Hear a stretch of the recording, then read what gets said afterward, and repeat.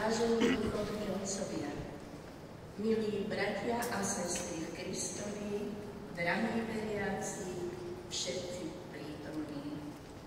Je pre mňa obrovskou cťou a veľkým potešením, že sa môžem prihovoriť tomuto spoločenstvu menom obce Dubovce v období, keď náš rodák Ján Havlík bol blahoslavený. Tento okamih je pre mňa výnimočný. Je nielen osobným završením dlhoročného úsilia a modlitieb, ale aj neoceniteľnou poctou, ktorá pripadla našej obci. Janko bol a zostáva muž s veľkou vierou, láskou a odvahou, ktorý svojimi skutkami a životom zanechal nezmazateľnú stopu v našich srdciach a histórii obce Dubovce.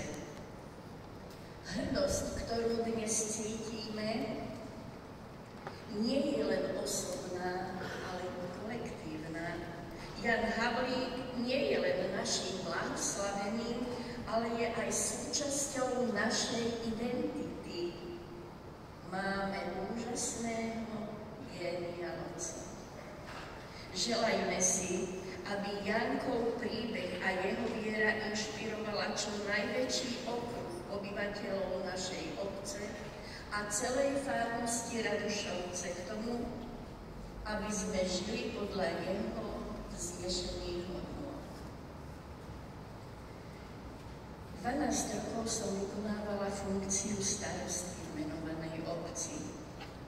Pri mojom nástupe som chcela občanom dať nielen hmotné statky, vodovod, osvetlenie, ale aj duchovné hodnoty, bez ktorých, a o tom som presvedčená, si v šťastí a radosti nebudeme užívať ani to hmotné, ani materiálne. Ešte v detstve som získala úprimný a srdečný vzťah k rodine Janka Havlíka, a to prostredníctvom jeho maminky Justiny. Často sme ju navštevovali a už ako malá som detským myslením vnímala problémy okolo Janka. Predstaviť Janka ako morálnu autoritu bolo, ako sa ukázalo, veľmi dobrá voľba. Človek potrebuje aj najbližšiu spolupracujúcu dušu.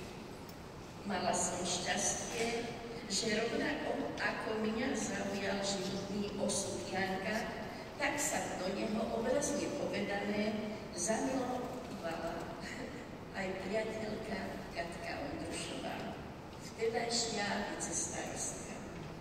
Vytvorili sme pevný tandem, stali sme sa jedna pre druhú verným priateľom. Čo blondína začala, to čiernovláska dodatočne vybavila a opačne. Keď jedna už chcela rezignovať, druhá prišla s nadšením, pretože nevždy bola situácia radostná. Na vlastnej koži sme zažili útoky od ľudí, ktorým sa nepáčilo, že im burcujeme svedomie Jankovým príkladom. Pamätám si, ako nám pri jednom stretnutí povedal Jankov spoluväzeň a nám všetkým známy Don Antonio Servolec. Dievčatá, idete do toho s veľkým odhodlaním. Trocha sa o vás bojím, dávajte si na seba pozor.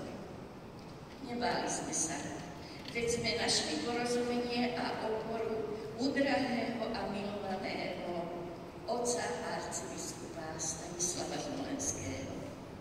Vážený otec arcibiskup, s úctou sa skláňame nad vašou múdrosťou, láskavosťou, ľudskosťou.